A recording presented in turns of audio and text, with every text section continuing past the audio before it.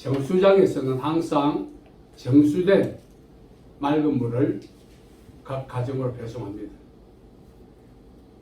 중요한 사실은 그렇게 맑고 투명하고 깨끗한 물을 강력한 수압으로 배송했음에도 불구하고 간혹 가정에서 수도꼭지를 틀면은 물이 감질나게 나올 때 있어요. 뿐만 아니라 녹물이 나올 때가 있습니다. 황당하지 않습니까? 사실 정수장에서는 맑고 투명하고 깨끗한 물을 정수해서 강력한 수압으로 배송했음에도 불구하고 가정의 수도꼭지에서 왜 그런 현상이 일어날까요? 이유는 하나죠. 정수장과 가정에 연결시키는 그 파이프 라인이 이물질에 의해서 막혔기 때문에 감질나게 나오는 것입니다. 또한 녹물이 나오는 것은 그 파이프 라인이 부식되었기 때문에 그렇죠. 그러면은 맑고 투명하고 깨끗한 물을 마음껏 취수하기를 원한다면은 정수장과 가정을 연결시키는 고리인 파이프 라인에 막혀있는 이물질을 제거해야 합니다. 더 나아가서 부식된 관을 교체해 줘야 합니다. 그러지 않으면은 아무리 정수장에서 맑고 깨끗하고 투명한 물을 정수에서 강력한 수압으로 배송한다 할지라도 가정에서는 여전히 감질나게 나올 수밖에 없고 녹물이 나올 수밖에 없는 것입니다. 진단이 치료다 했으면 우리 역시 일생을 살아가면서 마음에 소망한 것이 있습니다. 그건 무엇입니까? 실시간 하나님의 은혜에 충만한 삶을 살기를 원하죠. 하나님께서 네 소원이 무엇이냐 물으신다면 우리 답은 하나입니다. 실시간 은혜 충만한 삶을 살기를 원합니다. 아멘. 그게 우리의 답이 되어야 되는 것입니다. 아멘. 그런데 그 우리의 소원에 비해서 또 하나님이 우리의 소원에 응답해서 우리 은혜를 계속해서 실시간 공급한다 할지라도 우리에게 도달하지 못하는 이유가 있죠. 이 정수장을 하나님의 보좌라고 우리가 생각하십시오. 정수장에서 정수된 맑고 깨끗하고 투명한 물을 하나님의 은혜라 생각하시고 수도꼭지를 우리 자신이라고 비유하자 이겁니다. 하나님께서는 실시간 최상의 은혜를 우리에게 공급하고 계십니다. 그런데도 우리는 허너지거리며 살고 있습니다. 왜 그럴까요? 부자가 어머니에 가서 아브라함을 향하여 이렇게 말했죠. 아버지 아브라함이요, 나사로에게 명해서 손가락에 물 한 방울 적셔서 내 혀를 서늘하게 하소서. 그 한 방울이 물이 뭐 그렇게 혀를 서늘하게 할까요? 그처럼 지옥에는 그 고통을 감수할 수 없다는 것입니다. 부자가 요청했던 한 방울의 물 같은 그 하나님의 은혜를 사모하지만 한 방울도 우리에게 미치지 못해서 업무했던 부자같이 지옥과 같은 삶을 살 때가 있다는 사실이에요. 그렇다면 그 은혜가 임하지 못하게 만든 이유가 무엇이죠? 이 파이프 라인은 은혜 통로입니다. 이 은혜 통로가 영적인 이물질에 의해서 막혀있거나 부식되었기 때문에 그러면은 업무에 있는 부자가 한 방울의 물을 그렇게 갈구하면서 한 방울의 은혜를 사모하는 그 삶을 탈피하려면은 실시간 부어주시는 하나님의 최상의 은혜를 힘입고 살려면은 하나님의 은혜가 우리에게 임하지 못하게 방해하는 그 은혜 통로를 막고 있는 영적 이물질을 처리해야 하는 것입니다. 더 나아가서 부식된 관을 교체해야 되죠. 자, 그렇다면은 간절히 소망하는 은혜 충만한 삶을 살지 못하게 방해하는 은혜 통로를 방해하는 영적 이물질이 무엇일까요? 바로 죄입니다. 에레미야 5장 25절에 보면은 우리의 죄와 허물이 하나님의 보좌로부터 우리에게 임하는 죄를 밀어내는 그런 역할을 한다는 것입니다. 죄는 하나님의 은혜가 우리에게 미치지 못하도록 은혜 통로를 막는 영적 이물질인 것입니다. 그러므로 이 영적 이물질을 처리해야만이 되는 거죠. 뿐만 아닙니다. 시편 66편 18절에 보면은 우리의 이 신앙의 건강은 하나님과의 소통이죠. 이거 기본이지 않습니까? 그런데 죄는 하나님과 우리와의 소통을 차단시킨다고 했습니다. 그뿐만 아닙니다. 역대하 7장 13절에 보면은 죄는 우리 삶의 지대를 붕괴시킨다고 그랬어요. 흐느적거리며 살 수밖에 없어요. 그뿐만 아닙니다. 로마서 6장 23절에 보면 죄의 삭은 사망이라고 했습니다. 결국 이 영적 이물질 죄를 처리하지 않으면 하나님의 은혜가 한 방울도 우리에게 임하지 못할 뿐만 아니라 우리의 존재의 기반 있는 하나님의 소통도 차단당하고 우리 삶의 환경은 악화에 놓이게 되고 결국은 사망에 이르게 되는 것입니다. 그래서 우리는 영적 이물질을 처리해야 돼요.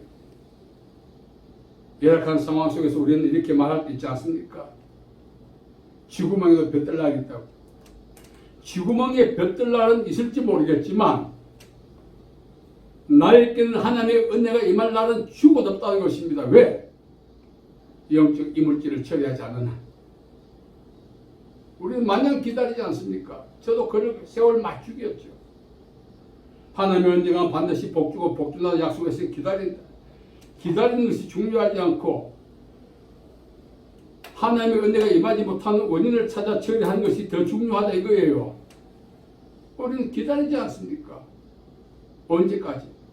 세상 체류가 끝난 그날까지. 만일 우리가 영적 이물질을 이 은혜 통로를 막고 있는 것을 처리했더라면 벌써부터 은혜 충만한 삶을 살고도 남았을 텐데 아직까지도 하나님의 복 주실 날을 기다리는 세월 죽이는 어리석음을 우리가 범하고 있다는 사실입니다. 얼마나 어리석습니까 우리가. 우리 삶의 환경이 개선되지 않은 이유가 무엇입니까? 역대하 7장 13절에 하나님의 백성들이 하나님을 경외하는 그 영적 동력을 회복하고 회개할 때 하나님 땅을 회복시킨다 했어요. 아멘. 오늘 우리는 뭔가 착각하고 있습니다. 하나님은 은혜로우시고 자비로우시지만 그 은혜를 끊임없이 우리에게 부어주고 계시지만 그 은혜가 우리에게 미치지 못하게 밀어내고 차단시키는 죄가 있다는 사실을 우리는 인정하고 은혜가 우리에게 임하지 못하게 차단시키고 이렇게 거부하는 그 영적 이물질을 우리가 처리한다면 오늘부터라도 이 시간부터라도 상상 이상의 은혜 충만한 삶을 살아갈 수 있다는 사실을 믿으시기 바랍니다. 아멘. 그래서 우리는 이 영적 이물질 우리 각자가 잘 알죠. 한마디로 자범죄죠. 이 죄를 구체적으로 우리가 논한다면 어원적으로 어휘적으로 여러 가지 풀이할 수 있습니다만 우리는 각자에게 하나님의 은혜가 임하지 못하게 만드는 영적 아킬레스건이라고 하는 영적 이물질이 있어야 그걸 끊어야 하고 처리해야 하는 것입니다. 우리는 오늘 또 은혜가 임할 것을 기다리고 있지 않습니까? 얼마나 우리가 바보입니까? 영적 이물질을 처리했다면 벌써부터 은혜 충만한 삶을 살아. 예수 믿는 사람을 부러워하면서 주변 사람들이 나도 예수 믿겠다고 우리가 영적 모델이 됐을 때 너 예수 믿고 뭐 된 게 뭐 있어? 비아냥에 받아야 되는 거예요. 오히려 우리가 역효과를 불러일으키는 때가 있다는 거죠. 자, 뭐 영적 이물질을 어떻게 하면 처리할 것인가? 회개죠. 회개는 영적 이물질을 처리하는 방법이죠. 왜 우리가 하나님께 회개해야 되는가? 하나님만이 죄를 사하시는 권능과 은혜와 능력이 있기 때문에 그렇습니다. 우리가 죄를 회개하면 하나님은 땅을 고친다고 말씀해 주었어요. 구약에서 나함과 슈브라고 말합니다. 이것은 삶의 궤도가 이탈되었다가 본래 궤도로 돌아오는 것을 얘기합니다. 이걸 영적 복귀라고 말합니다. 하나님 중심의 삶, 말씀 중심의 삶에서 이탈했다가 다시 하나님 중심, 말씀 중심의 삶으로 돌아오는 것이 바로 회개입니다. 하나님 잘못했어요. 이 립서비스 있지 않습니다. 생활이 변하죠. 구약에서 메타노미소 여러 가지 단어가 있는데 이 신약에서 말하는 회개는 무엇입니까? 자아 중심에서 하나님 중심, 세상 중심에서 하나님의 임재 안에 들어오는 것. 결국은 회개는 뭔가? 세상에서 하나님의 임재 안으로 다시 들어오는 겁니다. 이걸 영적 복귀라고 해요. 구약의 예언자와 선지자들이 주장했던 그 메시지 초점이 호세아 6장 1절과 3절이죠. 그 내용이 무엇입니까? 오라 우리가 여호와께로 돌아가자. 본질로 돌아가자. 말씀으로 돌아가자. 이거예요. 오늘 우리가 하나님께 다시 돌아가면은 탕자를 내치지 않고 다시 맞아 주었고 아들의 지위를 회복시켜 주신 아버지의 사랑을 우리 다시 입을 수 있는 거예요. 아멘. 머뭇거릴 시간이 없는 거죠. 저도 인생을 돌아보니 이 영적 이물질을 처리하지 않고 만약 하나님 복 주시라는 날 기다리고 있었으니 얼마나 세월을 많이 죽겠습니까? 세상에 가장 어리석은 사람은 세월을 죽이는 사람이에요. 이런 말이 있습니다. 세상에서 성공하려면 쓰리시가 필요하다. 첫째, 찬스, 기회가 와야 돼. 두 번째, 초이스, 기회가 왔을 때 잡아야 돼. 세 번째는 챌린지, 도전해야 돼. 기회가 왔을 때 잡고 도전해야 된다는 거죠. 세상 사람도 이 성공의 방식을 알고 있어요. 우리는 기회가 올 때 하나님을 만날 만때 찾아라 가까이 계실 때 그를 부르라. 악인은 그 길을 불의한 그 생각을 버리고 여호와께 돌아오라. 그 다음 그가 긍휼히 여기시리라. 이사야 55장 6절과 9절을 말하고 있어요. 다시 한번 더 은혜 충만한 삶을 살기를 원한다면 그때를 기다리다가 세상 체류가 끝나요. 오늘이라도 영적 이물질을 처리하고 다시금 하나님을 앙망한다면 탕자를 맞이했던 아버지, 아들의 지위를 다시 회복시킨 그 사랑이 우리에게 다시 임하는 것입니다. 그 부식된 관을 교체해야 됩니다. 이 부식된 관은 무엇인가? 바로 생각이죠. 이 생각이 관의 역할을 해요. 부식된 관. 육신에 속한 사람 육신의 일을, 영에 속한 사람은 영의 일을 생각하나니 제가 자주 설교 때 말씀드린 거 아닙니까? 이 생각은 단순한 내 활동이 아니고 무엇을 추구하느냐, 생각과 활동이 함축된 겁니다. 오늘 나의 삶은 내 생각이 결과의 산물이죠. 우리는 생각을 변화시켜야 합니다. 생각을 변화시키면 어떻게 해야 되는가? 10편 19편 7절 이하 말씀에 보면은 여호와의 율법은 완전한 영혼을 소생하게 하며 여호와의 경건은 확실하게 우준한 자 지혜롭게 하고 여호와의 교훈은 정직하게 마음을 기쁘게 하고 여호와의 계명은 순결하게 눈을 밝게 하고 하나님의 말씀을 읽어야 돼요. 아멘. 내 생각을 바꾸는 능력은 검식에서 된 것 아닙니다. 안수함 받아 된 것 아닙니다. 이 생각은 내 자아의 중심축인데 이걸 밀어내고 퇴출시키는 유일한 방법은 하나님의 생각이 내게 나를 지배해야 돼요. 아멘. 내 생각을 하나님이 지배하는 방법은 무엇입니까? 내가 말씀의 지배를 받는 거죠. 말씀을 읽으래. 어떤 분이 그렇게 말했어요. 성경을 읽지 않는 하루는 망한 하루다. 그 말이 정말 적절한 말씀이죠. 우리가 바쁘고 분주한 세상 살면서 여러 가지 세상 소리는 귀담아 듣고 그 기억하지 않습니까? 잡다한 것을 기억하고 있지 않습니까? 또 잡다한 소리에 우리가 귀를 열고 호기심을 갖지 않습니까? 그래서 우리 생각이 세상 것들로 이 변질되어 가고 나중에 녹쓰는 거예요.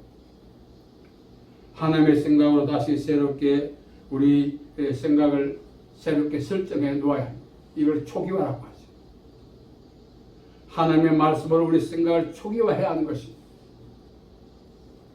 오늘 우리가 살아가면서 하나님의 은혜를 간절히 사모하는 데 비해서 그 은혜가 엄부에 가 있던 아까 말씀드린 부자가 원했던 한 방울의 물 같은 은혜도 임하지 않을 때 있어요. 이미 은혜의 통로가 막혀가지고, 아니 막힌 것이 아니라 바짝 말라가지고 물이 흘렀던 흔적조차도 없어. 다시 뚫어야 하는 것입니다. 아멘. 그러려면 우리가 회개하고 생각을 변화시키게 하는 것입니다. 아멘. 오늘 말씀은 바로 그걸 이야기하고 있습니다. 마음을 새롭게 함으로 변화를 받아.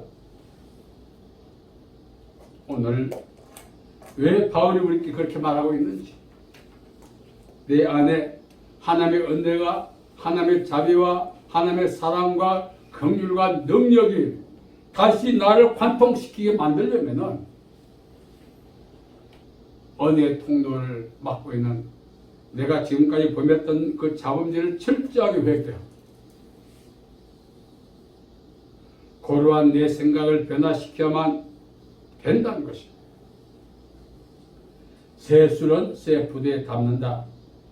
예수님이 하신 말씀을 정치인들이 갖다 붙여서 자기 임의대로 해석하지 않습니까? 하나님의 은혜는 새 부대가 되어야 되는 것입니다. 아멘. 여러분, 오늘 우리 이 말씀을 잘 기억하십시오. 주여, 주여 눈물 흘리고 금식하고 그것도 필요해요. 그러나 그보다 더 중요한 게 뭐죠? 은혜의 관을 막고 있는 이물질을 처리하는 것. 아멘. 부식된 관을 처리하는 것입니다. 아멘. 그건 회개와 생각을 바꾸는 것입니다. 아멘. 어떤 분이 40일 금식하고 나면 달라질 것 같지만 40일 금식할 동안은 힘이 없어 빌빌 하다가 보시 끝나고 힘이 다시 돌아오니까 옛날보다 더 포악해졌다는 거예요. 우스개 같지만 왜 그럴까요? 부식된 관이 금식해도 막혀있는 거예요. 그 저절로 떨어지는 건 아닙니다. 금식한다고 떨어지는 것이 아닙니다. 회개 없이는 금식해도 떨어지지 않아요. 부식된 관, 생각을 바꾸지 않으면 금식에도 그대로 있는 거예요. 우리는 우리 방식대로 하면 뭔가 달라질 것 같지만 우리의 변화는 하나님의 말씀에 순종할 때 변화되는 것입니다. 아멘. 그래서 오늘 말씀을 다시 한 번 더 기억하십시다. 이제라도 우리 남은 인생 은혜 충만한 삶을 살아야 되지 않겠습니까? 언젠가는 주시겠지 막연하게 기다릴 것이 아닙니다. 하나님의 약속하셔서 기다리면 기다리지만 우리는 우리의 어떤 막연함에 우리의 믿음으로 기다리고 있지 않습니까? 우리의 믿음과 막연함보다 하나님의 말씀에 순종해서 부끄럽지만 수치스럽지만 영적 이물질의 죄를 철저히 회개하고 고라한 내 생각을 바꾼다면 그 순간부터 이렇게 비축되어 있는 하나님 오래전부터 보냈는데 이게 막혀가지고 계속 비축되어 있던 그 은혜가 본물이 터지듯이 우리에게 임한다는 것입니다. 아멘. 그러면 그때부터는 정말 기쁨 충만, 은혜 충만 그러한 삶을 살아갈 수가 있습니다. 아멘. 여러분, 저도 그렇게 생각합니다만 여러분도 어떠신지 모르겠어요. 내 나름대로 방식이 있지 않습니까? 은혜 받고자 하는 내 나름대로 방식. 그 방식대로 은혜를 하나님 주시던가요? 우리는 우리 방식대로 산다 그 하나님 은혜 주시는 것이 아니라 하나님의 말씀대로 살아야 은혜를 주시는 거예요. 아멘. 그러려면 오늘 말씀에 우리가 순종해야겠죠. 아멘. 하나님, 지금까지 은혜 통로를 막았던 저의 지난날의 행적과 행위와 죄악을 회개합니다. 오늘 또 내 주관대로 살았던 것, 내 경험과 임의로 살았던 죄를 회개합니다. 내 생각의 죄를 회개합니다. 할 때부터 막혀있던 은혜의 관이 뚫리고 녹슬었던 관이 교체되면서 내가 그토록 사모하고 간절히 희망했던 은혜 충만한 삶을 이 시간부터 누릴 수가 있는 것입니다. 아멘. 그러한 축복이 우리 모두에게 함께 하시기를 예수님의 이름으로 축복합니다. 아멘. 살아계신 아버지 하나님, 은혜와 자비와 사랑을 감사합니다. 막혀있던 은혜의 이 통로, 오늘 우리가 회개하고 이 이물질을 처리하고 다시 한번 더 투명하게 하고자 하오니 주여 은혜를 주시옵소서. 아멘. 부식된 관 교체하기 원합니다. 변함없는 아버지의 사랑과 은혜를 우리에게 보내주시옵소서. 아멘. 이후의 삶이 이전과 다른 복된 삶을 통하여 하나님께 영광이 되고 우리에게 믿음의 증거가 되게 하옵소서. 아멘. 예수님의 이름으로 기도하옵나이다. 아멘. 아멘.